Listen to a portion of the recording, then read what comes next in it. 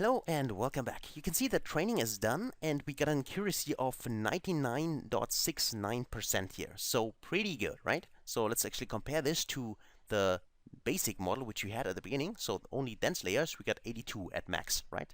But here we got already 100%.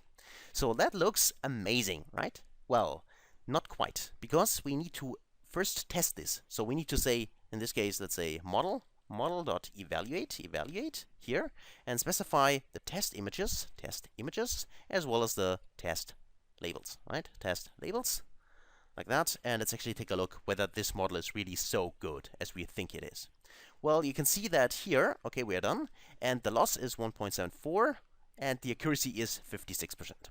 Well, this is not quite this almost 100% which we got here in the training set, right? So clearly that model is better if we go down up here and compare those. Here we got a loss of 2.59 and accuracy of 41%. Here we got a loss of 1.7 and accuracy of 56%. So accuracy is already above 50%. That's good. And it's definitely better than our basic model, but it's not the best model, right? So let's try to improve this further, okay? So instead of using this convolutional network, we can improve it. That is why I used here the convolutional neural network type 1 approach. So I simply use this now again for my annotation here, and I go to, in this case, this code cell and click on here to get a new code cell, and I paste this inside because this is now the type 2 approach, right? So let's try to create a better convolutional network that we have done here before. Okay, so let's dive into that. Say, okay, our third model, again, I'm referring to a model, and is equal to, of course, you can also name this model 1, this one would be model 2, and this would be model 3. If you want to store all of them, I'm referring to the model here again because I simply want to override this model. This model I won't keep because it's not a really good model, at least from my point of view. So that is why I'm referring to the model name here again, and let's actually try to improve it. Let's say keras.sequential, like that, okay. Again, we will use this as a list. If you want to use a sequential and then model.add and different kinds of layers, you can also structure it this way. It's totally up to you, okay? So layers is equal to, no, that's not what I want. Actually go in here and I specify it like that. So let's say keras.layers. In this case, and what kind of layer do I want? Well, in this case, let's say we start with the average pooling, okay? We start with an average pooling 2D, like that. And then we can specify here the pool size. In this case, let's actually stick with 6 here. So 6, then the strides, let's say 3 strides, and then we simply specify here the input shape. That's also necessary because it's our first layer. So let's say input shape like that, is equal to, and again, it's 300 by 300 image, and it only has one color channel. That's we define a 1 here, okay? What you never need to specify at the beginning when you use input shape is the amount, so the batch size, like that, which you feed into the network. That's not necessary. The network only needs to know, okay, it doesn't matter how many batches or images you give me, but you need to specify what is the image width, the image height, and what kind of color channels do you want, okay, or do you have. That is what we specified here. Okay, so we got that. That's fine.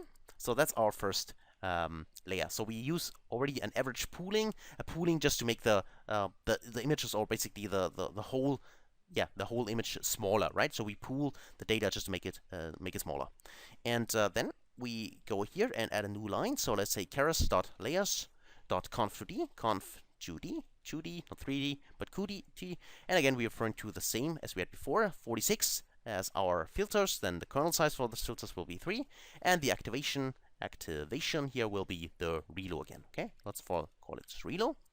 And then we do the next one, the next layer, and we use the same one as above, keras.layers. In this case, conf2d, like that. And then we specify, okay, we got 32 kernels, 32 filters. The kernel size will be 3 again, and the strides will be 1, that's fine. So we don't want to shrink the image here. We simply say activation is equal to, and specify relu. Okay, so we got this as well. So then we use one additional layer which we have not used above, which is the max pooling. So let's say keras.layers.max pooling. So max pool 2D, should be a max pool 2D. Max pool 2D, here we go. If you wait long enough, then also you get it as a proposal here in this option. It's also really nice in Google Colab. Okay, so max pool 2D, and then you specify here in this case the pool size, let's say 2,2, like that. Okay, we got this as well. And then we get another layer, which is something which we want to use to avoid overfitting. So one way to avoid overfitting, for instance, is clearly using dropout layers, right? So because what you can see here, overfitting, for instance, happens up there. I would clearly say that this is overfitting in this network here, because we got 100% almost accuracy in the training data, but the test data is not very good, right? So this is a clear sign that this is overfitting on the training data. So that is why we simply specify, for instance, a dropout layer here. We can simply say keras.layers.dropout. Where we go? Dropout, like that. Here we go, okay.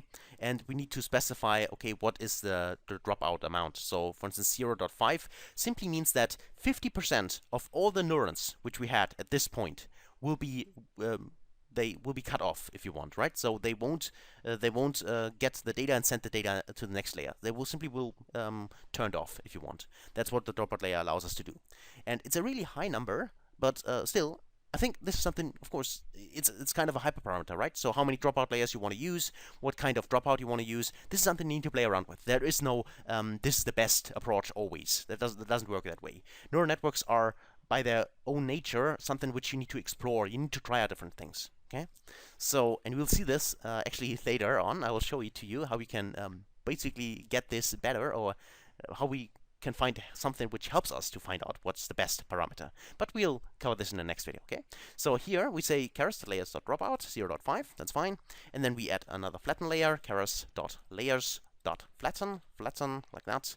And this is necessary because now we want to add a few dense layers here. Let's say keras.layers.dense, a dense layer. Let's say we use 128 neurons here, and the activation is equal to redo. Okay, that's fine. And finally, of course, our last output layer, keras.layers.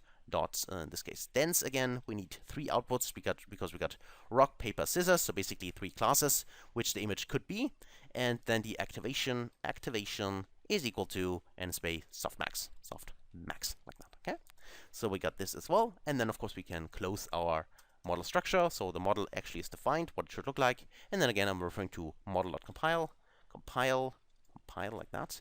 Okay, and then I can simply say the optimizer is equal to Adam. Then of course the loss will be equal to keras.losses in this case sparse. Where is it? The sparse categorical entropy. Here we go.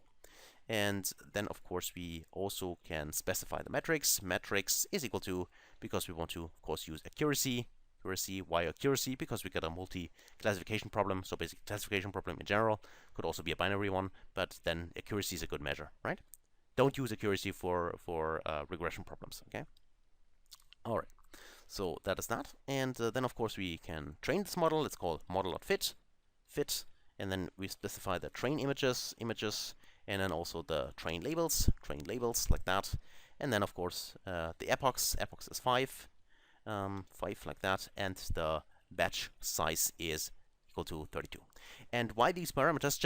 I just want to mention that here as well. So if you scroll up there, you can see that we also used here, for instance, epochs 5 and batch size 32 for this convolutional network, okay, for the first one. And I'm using the same parameters here. Of course, you can adjust this. You can use more epochs if you want, or you can use a bit bigger or smaller batch size if you want, but I would like to have them comparable, okay? So if I use epochs 5 here and batch size 32 here, I also want to use the same one here, just to make sure that if I compare those two models, I can clearly say that the second one is the better one, for instance, right?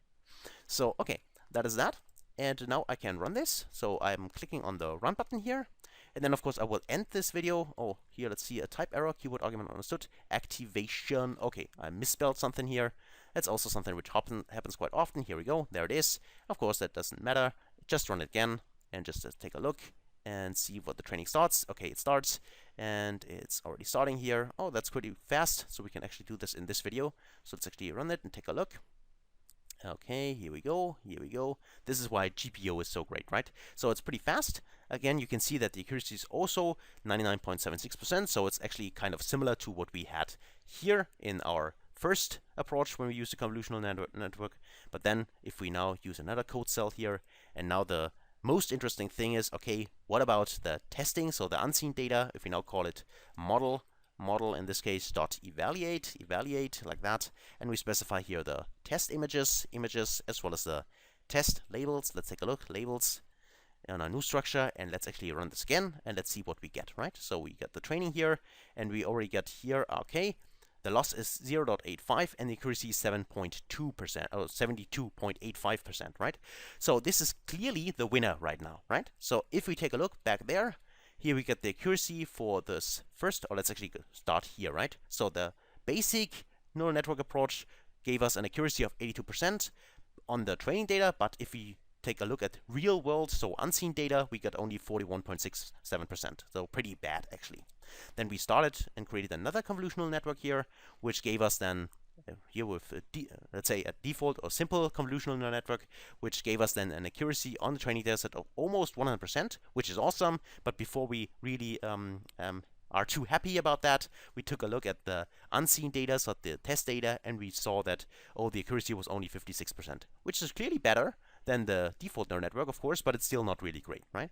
But then we optimized that and made it a little bit more advanced using, for instance, things like average pooling 2D or the max pooling 2D, and as well as the dropout to avoid the overfitting on the training data.